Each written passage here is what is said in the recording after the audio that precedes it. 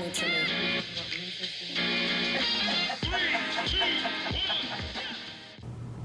Hi there, bunnies. Welcome to our first episode.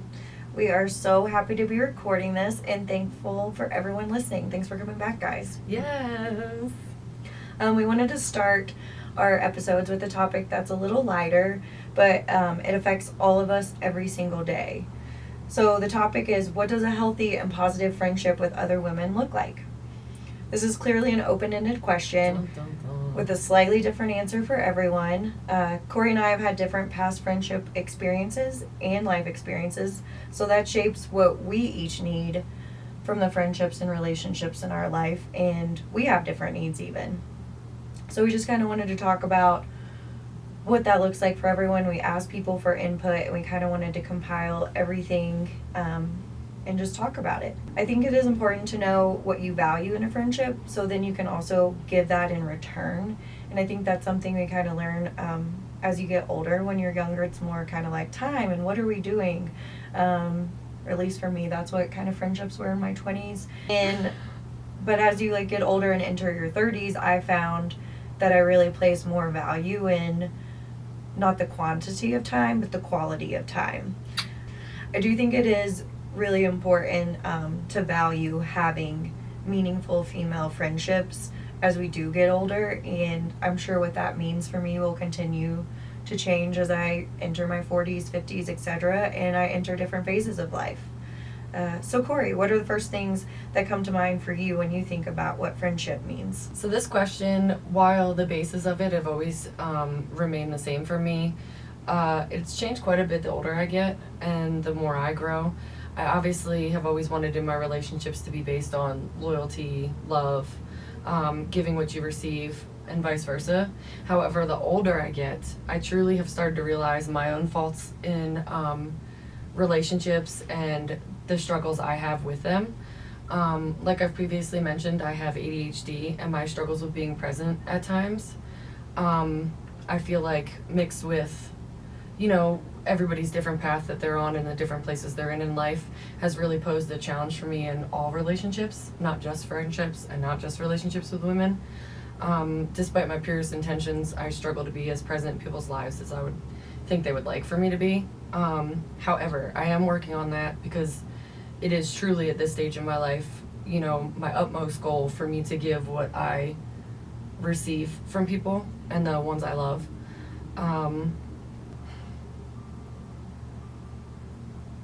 At this stage more than ever, I want friendships in my life that are built on support no matter what each individual is facing and without judgment, always. The world is hard enough as it is. It is only that much harder when you feel like you're competing with the people closest to you. So what about you, Steph? What do you value in friendships? Well, I just want to say too, I really like how you talked about acknowledging how you can be better, because to think that any of us can't improve is always a terrible idea and will lead you to a path of zero friends while we're on that topic. But, no self-growth. And I think, I just really want to commend you for even wording it that way and admitting that, because, girl. yeah, I think Talk about female friendships. because it's real and that's honest, and we all need to do that. And we all need to be reminded that we need to do that sometimes. Appreciate you, girl. I think that like I said before, as I've gotten older, things have changed. Like you said, I really need genuine support, and I need an interest. I can tell you're interested, not surface questions. A lot of feedback we received was a friendship without judgment, which you also touched on, Corey. And I think, to me, a friendship without judgment is more than just the obvious meaning that we all hear and think when we say that. No one wants to be judged. We know that. But also what that means is a lot of us are living very different day-to-day lives. I have been single most of my adult life, but a lot of my friends are married, some are divorced, some have children, some are choosing not to have children, and I've just found that being one of the only single people, it's not always a two-way street of support.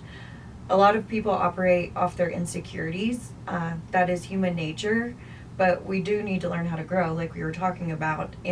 So I just feel like, unfortunately, a lot of people I have known that we've taken different paths, they can't imagine my life, and that's very apparent in our friendship because, you know, they just don't relate at all. And it's one thing, like, I'm not married, I haven't been married, so I don't know if that's like either, but I think it's evident when people pass judgment, because it's different. Mm-hmm.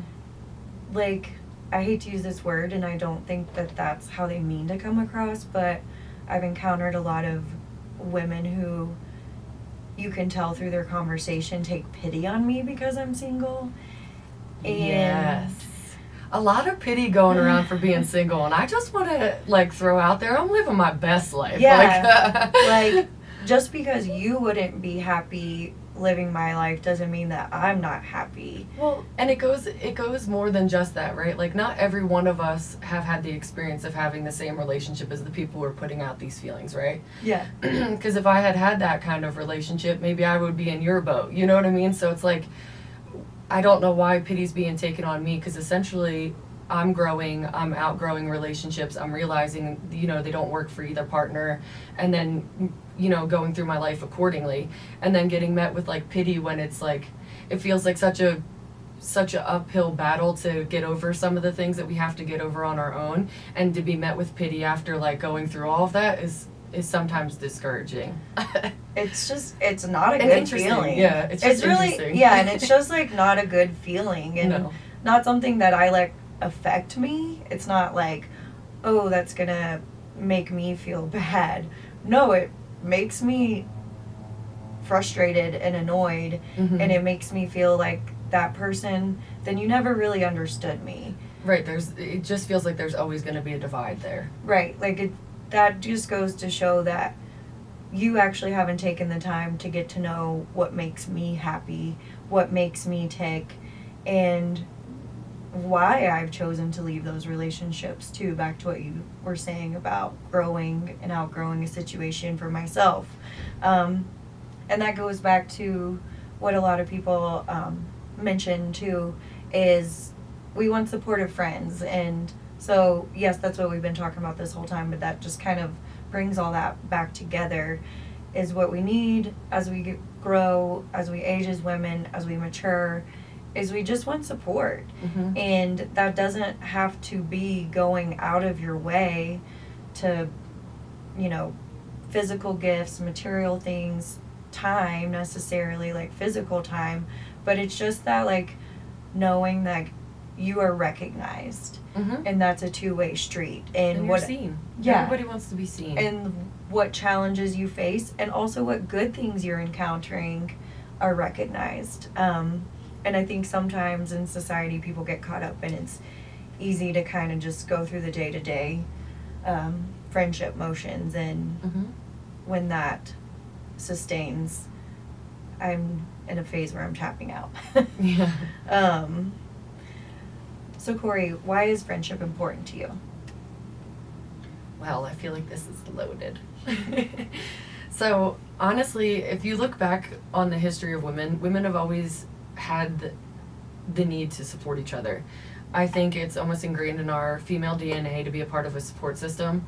And honestly, I feel like there's no denying that our cycles link. I mean, it's purely science. But, and just to be clear on that, the need for support is not negative, but I think the older I get, especially, the more I understand the value of uplifting each other, and the endorphins we receive from, you know, having unwavering support from people in our lives, and laughing together, and having, you know, a cheerleader or somebody who's always going to be there when you're feeling low. I feel like, you know, it's crucial for us to realize the need we require as human beings. I feel like especially society loves to make us feel like attention seeking is a problem, wanting to fit in is a problem, all of these things, especially since social media has come about.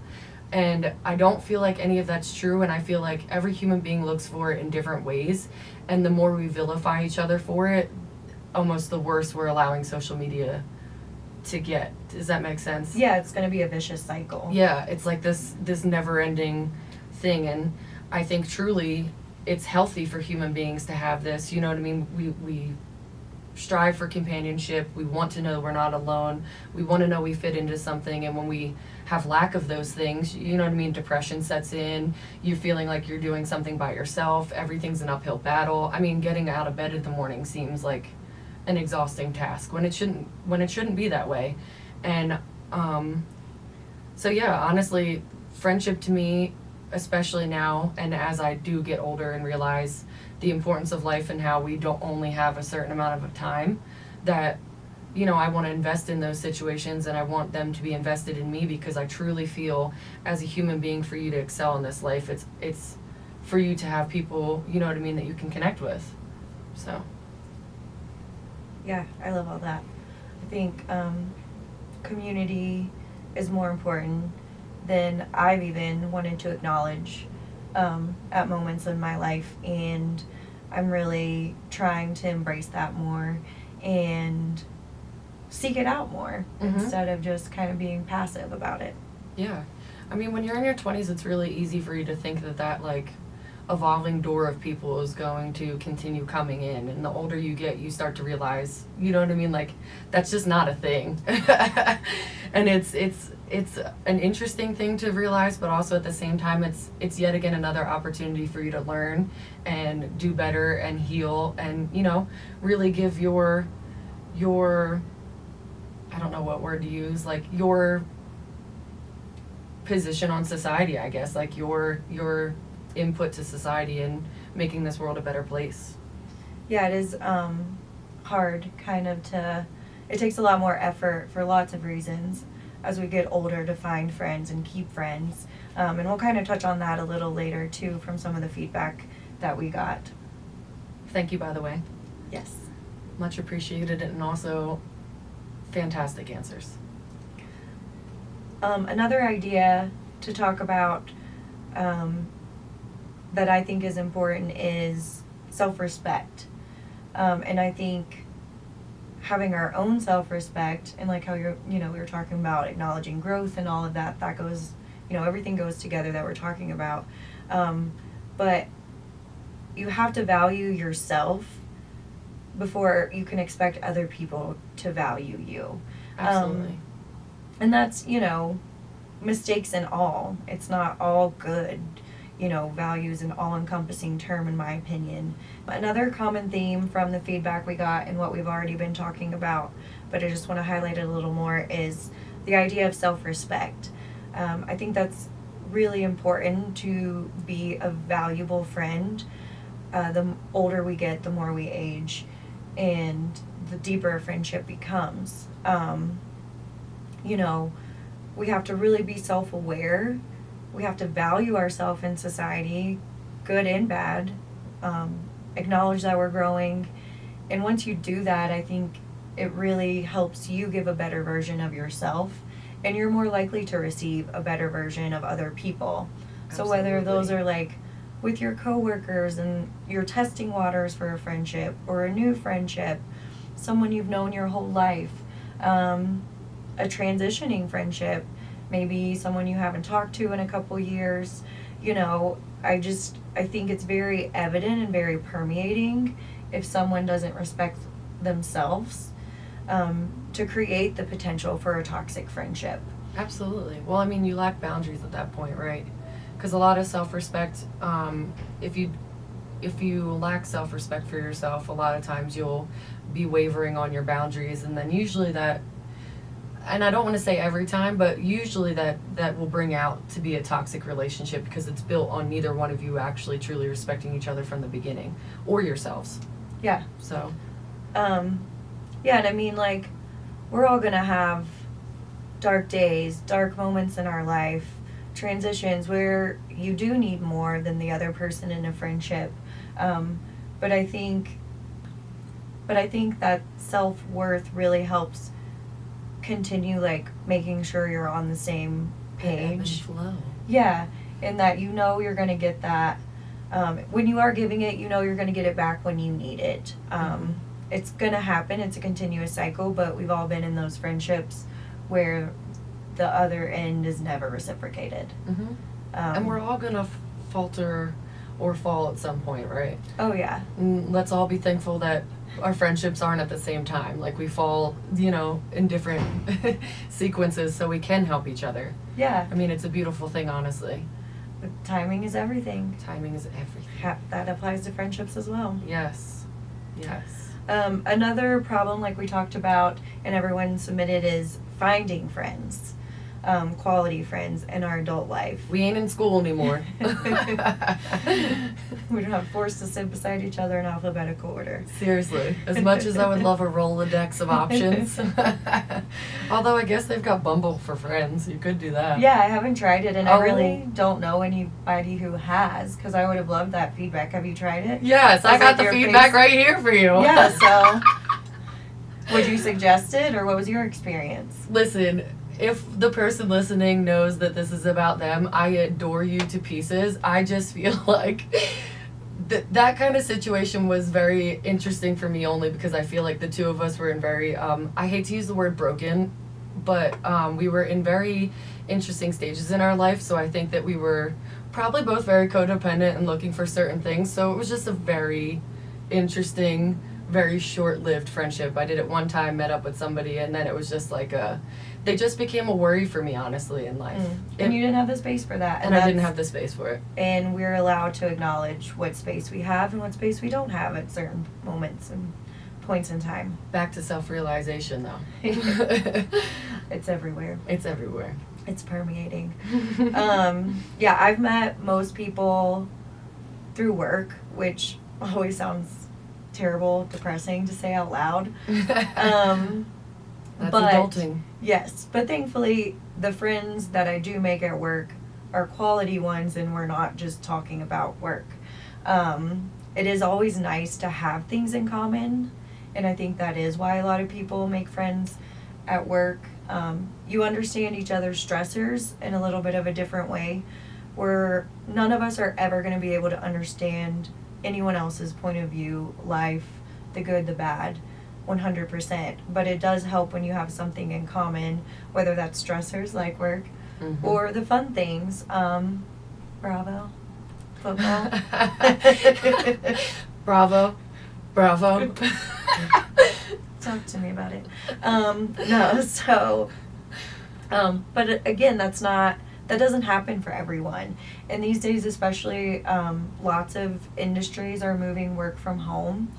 That creates another obstacle if that's really what you were using, was work to meet people. It's only going to get more interesting. Yeah. So like Corey said earlier, you do have to put in the work and the effort. So we ask people how they do that, where they've had some luck.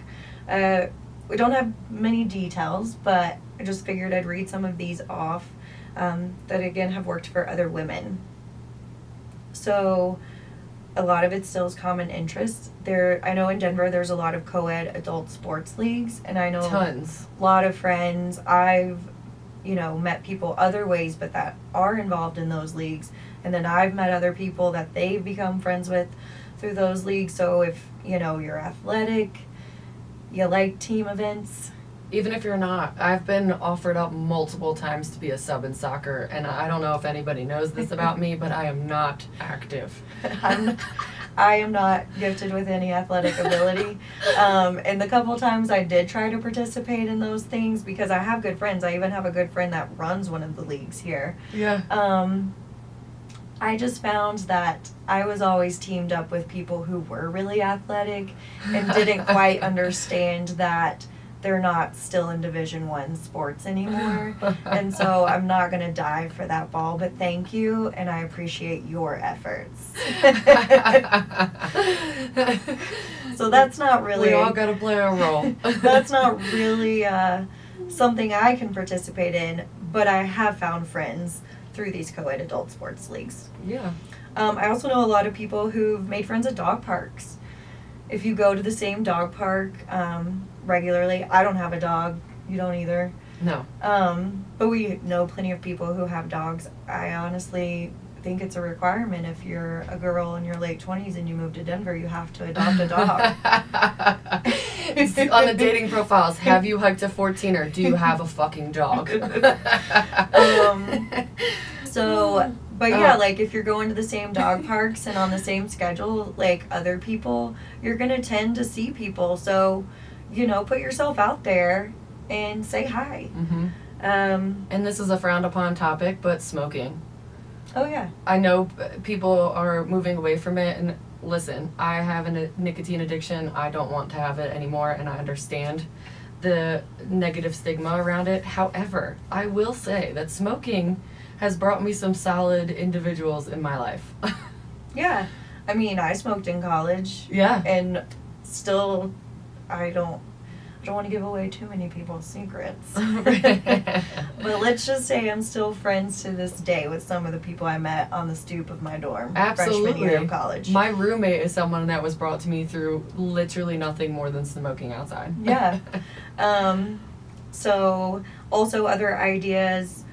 Oh, I do have a fun dog park story. I hope my friend doesn't mind if I share. But she adopted a dog, and then at the dog park, there was an identical dog to her dog, and her and the girl started talking, and their dogs were siblings. They were from the same litter. And serendipitous. So, yeah, so they will meet up for the birthdays and just at the dog park and stuff like that. So I think that's a really fun story. That's cute. I have meet a lot of friends at church.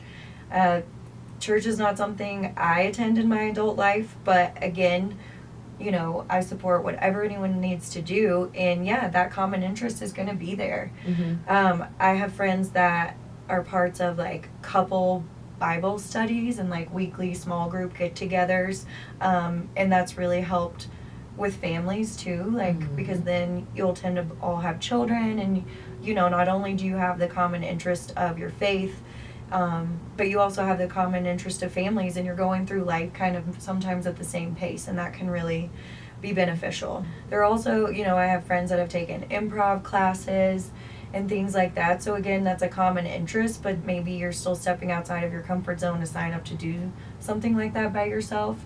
But, you can help grow yourself and maybe meet some new people. So that's a win-win if you're asking me. And then I also have a lot of successful friendships that I've met through other friends. So friends of friends, I think, is a really common way to make friends as adults, meet new people. And with that being said, I really encourage everyone to try to have women get-togethers for that reason. And Girl gang. Yeah, and bring your different girl groups together. Do you want to have wine and cheese night and watch The Bachelor? I've done that with groups of friends. There's lots of opportunities. Wine Wednesdays, Taco Tuesdays, brunch. I really encourage small group meetups and bringing different groups of people together, because you really never know who may hit it off. Mm-hmm. And I also feel like while I like to stick with people who are similar to my interests, I have found the majority of my growth is when I was put around people who are not of my similar interests. So I do want to make a point that I truly feel like there's a beauty in bringing together individuals that aren't always like-minded, because even if the relationship may not be long-lasting and have longevity in your life, I think it could possibly be crucial for you to see a different side of a story, for you to be exposed to something different that you may not have, been exposed to in your walk of life had you have never had that interaction. So I personally just throw it at the wall and see what sticks. You know what I mean? If you grow, you grow. If you get a friendship out of it, you get a friendship out of it. Regardless, it's a win-win. Yeah, there's always going to be some benefit for meeting someone new. Mm-hmm. And if you just have that positive outlook, then you can really take advantage of that. So Corey, we've clearly talked a lot about meeting people with common interests. I know that's worked out for you, so do you want to tell us a little bit about your experience? Yes, even though I just smashed the common interest thing. I'm for common interest, I just think we have to do both. There's a balance of both. There's a balance. So for me personally, I have found that for a while I had gotten caught up in work and what paid my bills and meeting people through that. And about a year and a half ago, I really took time to be I've always really enjoyed art. I've always done it on my free time, to really bring that into the forefront of my life. So I started putting myself out there in things that were my extracurricular activities and my hobbies. And I joined an art studio and I started donating time, and that's brought me a ton of wonderful connections that I truly feel are irreplaceable. They've brought a side of me out that I would have never got to. They've made me grow as an individual. So I truly feel like if we could just take some time apart from our busy lives, our families, our children, you know, our friends, our jobs, and really get to the root of like what we enjoy doing when everything's off, and you know, when we're sitting by ourselves, and then taking a little bit of time to invest into that for ourselves, I think that it'll truly bring you, you know, people close to your soul tribe, or at least people who are going to walk with you through a certain amount of time, and you know, like back to what I said, teach you something, help you grow, you know. Yeah, you have to invest time to get time back, right? Mhm. So that applies to this. And also, I used to always say this analogy to my friend. She always made fun of me, but it's like, whatever level you're in the parfait is what you're gonna attract, right? Like, Boom. so are you currently in the yogurt phase? Then you're gonna attract other yogurt people. Like, if you open yourself up to attract other people, not in a like physical way, to attract other souls in your tribe or your group, however you want to word it, then you're more likely to do that. Mhm. And the more you surround yourself with the type of people you want to surround yourself with, then that's going to pay off in dividends Mhm. in multiple ways. I do believe that. And I by no means am good at this, or am talking from an area of expertise. I am learning. I am wildly guilty of doing the opposite of everything we just discussed with my natural introverted ways. However, like I said, this is a every day I'm growing, every day I'm trying, and every day I'm being more self-aware as to what is my take in what I'm getting back from, you know, relationships, the universe, my job, everything. Yeah, and that's what, you know, one of the benefits of this podcast is that talking out loud and having this open dialogue will help all of us. Mm-hmm. And hopefully we make friends through here. Yes. Hi, new friends. Hi, new friends. Another thing I really loved about all of our feedback was so many people commented on laughter as being important to them in a friendship. Yes. So, of course, we've talked a lot about more serious sides of a friendship in this episode, but we clearly both like having fun. We like having fun together. You need a space to release tension, and you know, that's lots of ways. We're doing that through this podcast. I do it through working out as well, but that's also like just relaxing and having fun and goofing off with your friends. Mm-hmm. And laughing and smiling. You know, smiling goes a long way. It'll really help you, you know, get all your cortisol and all that stuff Mm-hmm. move in the right way. And it's easy to forget to just kind of force ourselves into that element sometimes. So we do rely on friends to really help keep us light and having fun. Mm-hmm. And you will see, the more we record, we don't know how to not laugh. No. Like, No. we do it all the time together. We do it at everything. It's our medicine. It's true. And honestly, with working in medicine, we realize the importance is on your body. You know what I mean? Like stress and all that stuff. It induces a lot of health risks that I don't think people are necessarily aware of. So even with my job, I tend to be like, okay, well, I have to really be cognizant of this, because the older I get, I could notice, you know what I mean, when I'm more tense, my body locks up. When I am more anxious and I don't take that time to meditate, or, you know, get out and go for a walk or laugh with some friends, how I will start to feel like my body's run down. I could even get a cold. Like, they all coincide with each other, and I think the more aware we are, the more we are to live a healthy life, not only emotionally satisfied, but also physically satisfied. Yeah, they do go hand in hand. Yeah. That holistic medicine approach. Yes, preventative. What notes do you want to end on, Corey? Honestly, I think it's just very clear to see that we all want similar things throughout our paths, and they may look different to each individual, and we're all heading in different directions. But I think it's very important that as a society and a woman speaking to other women, I think it's time we truly bring the coven back together and stop letting society and constructs determine the bonds we have with our sisters. I want to thank everybody for their feedback. I want to thank everybody for their feedback and their opinions. I definitely had a good chuckle off of some of the responses. I'm sure you did. I think one of my favorite ones was like direct quote, "She's got to be a bad bitch." She's got to be a bad bitch. And you know she a 10. Listen, I just feel like more now than ever, I really, really, really am passionate about women interactions. Like, I can remember being younger and being like, oh, I really only hang out with guy friends and stuff like that. But the older I got, the more I realized there was such a divide in that. And not that I don't appreciate a man or his perspective or him being, you know, added into the scenario, but I have found how important it is for someone who understands the things I go through personally. And I really would like to be cognizant on changing that narrative. I really love that. That's all really well said. Thank you. So guys, I think that concludes our episode for today. We are very much looking forward to getting together for the next episode. Yes. So Corey, what do our listeners have to look forward to? I just have to interrupt to say I really am thankful about the feedback, and I wish that I could have included all of it on this episode. Yes. But I feel like we may have bored you with just going down a list, but it was really it was really lovely, and we hope that you guys continue to give us that feedback so that we can keep, you know, having good content and keep connecting with you. And hopefully when you listen to this podcast, maybe we've said something that you know was something you've said, and it keeps us all, you know, intertwined and intimate with each other. But for our next episode, I am super excited. Not only will it be our first feline feature, meow, but we will all be discussing the taboo topic of slut shaming and how we as a whole, I feel like every human being that walks this planet needs to break this cycle. For every individual, it is something I'm just very excited to go over. We have a guest that's going to highlight and be able to talk with us on this topic, which I'm super excited about. So yeah, just stay tuned to episode 2 of Bunny Pen. We're excited to have you guys back. We're excited to be back, and we're looking forward to glowing and growing together. Yeah.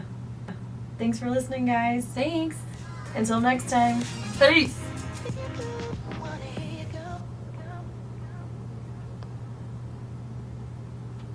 Perfect.